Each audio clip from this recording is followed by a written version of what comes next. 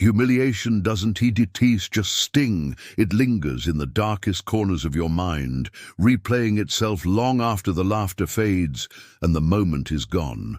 But what if I told you humiliation isn't the end of your power, but the beginning of it, because the Machiavellian doesn't fear shame. He uses it to the average person. Humiliation is defeat, but to the Machiavellian mind it is an opening for strategic inversion, a cold reversal that turns the one who mocked into the one who suffers. But before you learn how to reverse it, you need to understand why humiliation works so well in the first place. It's only about embarrassment, it is about positioning. When someone humiliates you, especially in public, they are doing three things at once. They are controlling the narrative, shaping how others see you before you can respond. They are lowering your status. They are stealing the spotlight and testing your reaction. Because the way you respond determines whether you'll be respected, pitied, or forgotten, and most people fail this test. They overreact, they explain, they lash out, or they shrink into silence. But Machiavelli would say the worst mistake you can make is to show that it hurt you, because the moment you look flustered, desperate, or defensive, you hand them everything they wanted, proof that their strike landed. So what? It's the Machiavellian move. You do not react to the insult. You react to the crowd here, says the brutal truth. The crowd matters more than the attacker in humiliation. It is not just about what was said, it is about who saw it. So your counterattack isn't verbal, it is theater. You done fight fire with fire, you fight it. With frame control, step 1, neutralize the stage when someone mocks you. They expect emotion, they expect defense. Instead, you go still, not weak, but sharp silence, unbroken eye contact, a slow, measured smirk. This moment isn't tea for the attacker, it is for the audience, because what you are signaling isn't fear, but calculation, and that shifts the energy instantly. Why? Because people instinctively fear the unpredictable, and silence from someone who was just publicly shamed is deeply unsettling. It makes people wonder, what is he thinking? Why isn't she reacting? What does he know that we done? The crowd now shifts from laughter to unease. Step 2, reframe the attacker's weakness. This is where Machiavelli's genius shines. He didn't just endure insults, he turned them into revelations of his enemy. As desperation as say someone mocks your failure, your appearance, your past, you don't argue or deny. Instead, you drop one sentence, a cool, and cutting something like it's revealing how badly you needed to say that or that, as a lot of performance for so little impact. Notice what happens. You are not defending yourself, you re-exposing them. You re-showing their need to humiliate, not your flaw. And now the spotlight has flipped. The room falls silent, not because you exploded, but because you inverted the current. Suddenly, the attacker looks overextended, desperate, reaching too far. This is psychological judo. You done to fight their force. You redirect it. Step 3. Own your flaw before they can weaponize it again. If the insult is true, a failure, an insecurity, don't dodge it, own it. But on your terms, you say, yeah, that happened, and I'm still standing while you were reaching, or they have tried that one before. It still says more about them than me. The point is to disarm the weapon before it. Idris fired again. When you claim your flaw with calm conviction, it loses all sting. More than that, it becomes proof of strength. The Machiavellian doesn't hide scars, he polishes them until they shine so bright they blind you, show you. Unafraid of being mocked. Because you've stopped playing by the crowd. As emotional rules, you've replaced approval with control. You don't need to win the moment, you only need to leave them thinking, doubting, hesitating, calculating, and that is where dominance begins, because the goal after humiliation isn't to look strong, it is to look unbreakable. And the difference matters. Looking strong still invites challenges, but looking unbreakable makes people pause. Machiavelli believed the perception of invincibility is more powerful than the reality of it. If people believe you cannot be humiliated because you refuse to acknowledge the rules that make it possible, then no one dares to try again. And if they do, you want to just survive their attack. You will claim the very stage they built for your destruction and crown it as your throne. There is no greater revenge than showing the one who tried to humiliate you that you are beyond their reach. But understand, this kind of psychological power is never given. It's cultivated it, forged in the fire of failure, betrayal, and public embarrassment. And only those who learn to weaponize perception can rise from it stronger than before, because humiliation is never just about the words spoken. It's about who controls the meaning, and in every public arena. Whether it is a dinner party, a classroom, a workplace, or an online battlefield, the one who defines the frame defines the aftermath. That is why Machiavelli's counsel isn't retaliation, it is redirection. Imagine someone throws a sharp line at you, something rehearsed, cheap a laugh at your expense. Most people scramble to fight their way out. But the Machiavellian doesn't struggle in the corner. He flips the walls inside out because humiliation only sticks. If you accept the premise, let's say someone sneers, "Didn't you mess that up last time too?" The natural response is embarrassment, excuse, or denial, but that is the script they want you to follow. Now watch. What happens when you refuse to act it out? You pause, let the silence stretch just a heartbeat longer than normal, then deliver slowly, precise. You've been holding on to that for a while. Haven't it? You suddenly the focus isn't on your mistake, it's on their obsession. Their need to drag you down to feel taller, and the audience sees it too. That is the beauty of Machiavellian reversal. It doesn't to deny reality, it reframes it. You dodge the strike, you let it reveal them. This principle is ancient. The Stoics knew it. Sun Tzu hinted at it, but Machiavelli carried it into courts, chambers, salons, anywhere status could tilt with a single phrase. He understood that in the theater of power, the most dangerous man is not the one who reacts. It is the one who absorbs everything and answers with meaning, not emotion, and one of his most brutal tactics, make their insult look like a confession. Here is how, when someone mocks you publicly, it almost always reveals more about them than about you, if you know how to expose it. For example, someone interrupts you mid-point, sneering that you overcompensating, defend, to explain. Simply tilt your head and say calmly, that is an interesting thing to notice. You speak from experience. In that instant, you've planted the seed that their jab is projection. You've forced them to explain, making them look defensive, and you've taken the weight of their strike and made them carry it instead. People who humiliate others often do it to cover their own insecurities, their need to seem bigger in the eyes of others. So when you reflect their insult back, not with anger but with cool curiosity, you turn their weapon into a mirror they cannot escape. And the best part, you remain flat, composed, surgical, that unsettles them far more than rage ever could, because rage means they still control your feelings. Calm reversal means you control the entire game. This is how humiliation is turned into elevation. Most people think survival means walking away unharmed, but the Machiavellian doesn't settle for survival. He aims to win the scene, and to win you must understand this.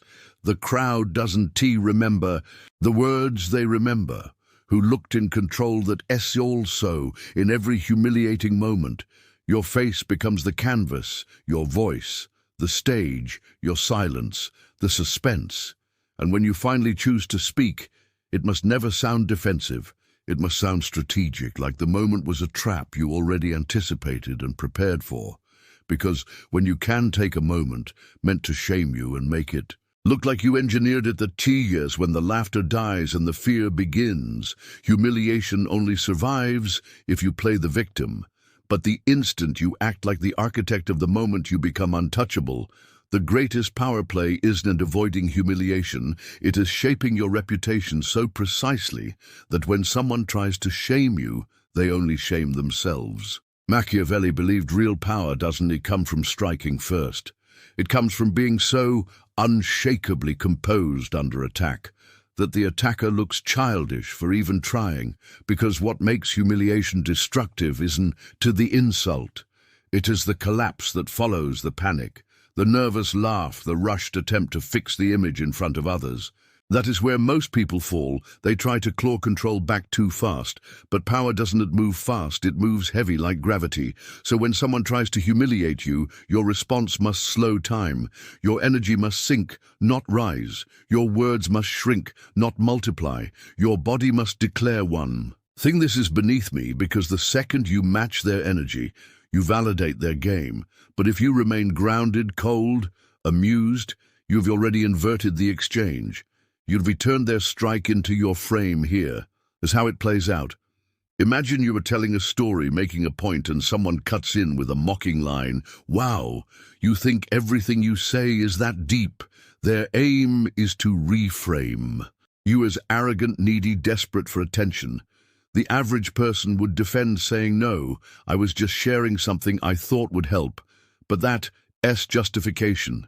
And in that instant, you've slipped into self-defense mode, meaning they've won. Now watch the Machiavellian shift. You pause, lock eyes, not harsh, just observant, tilt your head slightly and say, interesting how much that bothered you. Nothing aggressive, nothing accusatory, just a clean mirror. One sentence that flips the moment from I am arrogant to why are they so uncomfortable with insight. Now the focus isn't on what you said, it grizz on why they reacted, and slowly people begin to realize that maybe the interrupter revealed more about their own insecurity than they meant to that the Machiavellian reversal, turning their attack into a spotlight. Not on you, but on them. It isn't always about clever comebacks. It is about weaponizing presence, holding your posture, keeping your energy still enough that everyone questions why the attacker felt the need to speak at all. This is the core. Humiliation isn't as a fact. It is a performance, and every performance requires a stage, a spotlight, and most of all, an audience. If you command the audience, you command the meaning that why. When someone insults, you don't answer them, you answer the room. You make sure your posture, your silence, your tone, and even the flicker of your expression say more than their words. You make it clear that your lack of response isn't a weakness, it is victory, and that unsettles everyone because humiliation is supposed to tip the balance. But when you remain centered, unaffected, you break the script. You become unreadable, and unreadable people are feared. Here's a brutal truth. Most humiliation is rehearsed, the jab they threw at you. It probably wasn't too spontaneous. It was said before, whispered behind your back, and finally staged in public for cheap validation, which means your attacker thinks they'd be clever, that they've found your button. But if you show no button exists, they are exposed. This is where you cut surgical. Someone mocks, doesn't worry, you will get it right. Eventually. Maybe laughter, smirks, eyes glance at you waiting for reaction here. So what you do, lean in slightly. Let a cold smile appear and say that one sounded rehearsed. You've been saving it, haven't dat you in a heartbeat. You ruin their performance. You expose it as scripted. You frame them as obsessed, someone who thinks about you more than they admit. You haven't denied anything, you haven't attacked back, you but simply made them look fixated and creepy. Now the laughter dies, replaced by shifting discomfort, because suddenly the joke isn't funny, it says awkward, and the attacker has become the punchline. That is the reversal. It isn't about being louder, it is about reclaiming the frame without breaking a sweat. But let us go deeper. What if the humiliation isn't verbal? What if it's exclusion, being ignored, being talked over, made invisible here, as the Machiavellian path?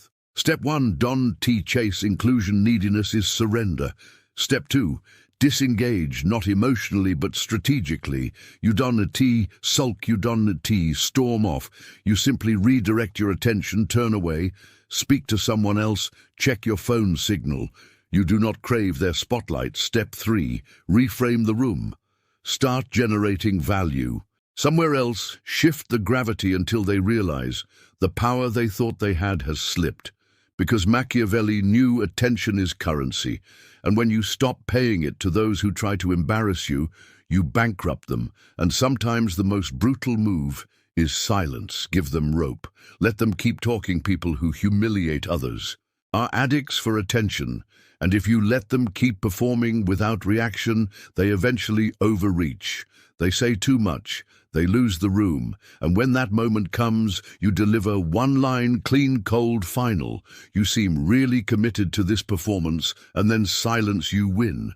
Because humiliation only works on those desperate to defend their ego. When you detach from the need to appear flawless, you become immune, and that immunity terrifies those who thrive on weakness. They see you aren't afraid of being seen. You are dangerous because you aren't afraid of being misunderstood, that a psychological armor, not the kind that blocks blows, but the kind that makes attackers hesitate before swinging again. Because they don't know what you'll do, only that you'll do it well. Power doesn't shout, it doesn't scramble to save face. Real power, Machiavellian power, stays still in the storm because it knows storms can be redirected. Those who try to humiliate you in front of others aren't just testing composure. They are trying to rewrite your social identity in real time. And that is the layer most people never notice. This is not about embarrassment, it is about identity warfare. And if you done to take back the pen, the crowd will accept their script of you as truth. That's why the most critical part of a Machiavellian reversal isn't to the witty remark or the cold smirk. It's your refusal to let yourself be framed. Because the moment someone frames you as weak, desperate, overconfident, awkward, or irrelevant in front of others, every future interaction becomes filtered through that perception. So how do you shatter that frame without falling into emotional reaction? You dismantle it step by step, using psychology and tactics. Machiavelli himself would have approved of 1. The law of disruption. When someone humiliates you publicly, they expect to dictate the flow. They've rehearsed the timing, sharpened their delivery, and counted on the laughter and the glances from others to pull them into their little theater. Your first weapon is to break that rhythm, not loudly, not defensively, but with a move that is calm, slow, and completely out of tune with the emotional temperature they've tried to set. A long pause. A slow sip of your drink, an arched brow, a deliberate lean back in your chair, or even complete silence. This creates a rupture in expectation. The crowd shifts, not because of what was said, but because of what you didn't give them. They wanted retaliation or retreat. Instead, they get suspense, quiet power. Now the spotlight isn't on your weakness, it's on what you'll do next, and that next move must cut with precision. 2. The precision cut. After you've broken the flow, now you speak, but never to defend yourself. That's what average people do. You don't justify, you expose. Say someone mocks your performance and sneers. Did you really think that was impressive? You don't correct them, you don't defend. You say calmly, strange how much attention you give me for someone who's not impressed, and then silence. They freeze, the crowd tilts because you've turned the frame. The issue is no longer your performance, it's their fixation on it. You implied insecurity without naming it, and because you didn't spell it out, the audience sees it more clearly. The one who tried to humiliate you has just confessed to being consumed by you. That is Machiavellian. You turned their spotlight into their own trap. 3. Don't be right, be undeniable. Here's what most people fail to see in social dynamics. Winning the argument doesn't always mean winning the room. Facts feed the ego, but composure shapes reputation.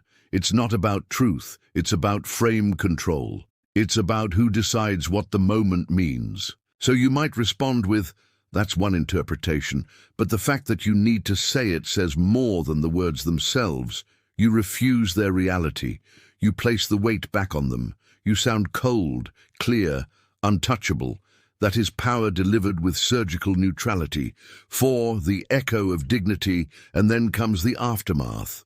In a world addicted to noise, dignity is disruptive. After you've reversed their attempt, you don't bask in the win. You don't retell the story. You don't over-explain. You move on cleanly, as if it cost you nothing.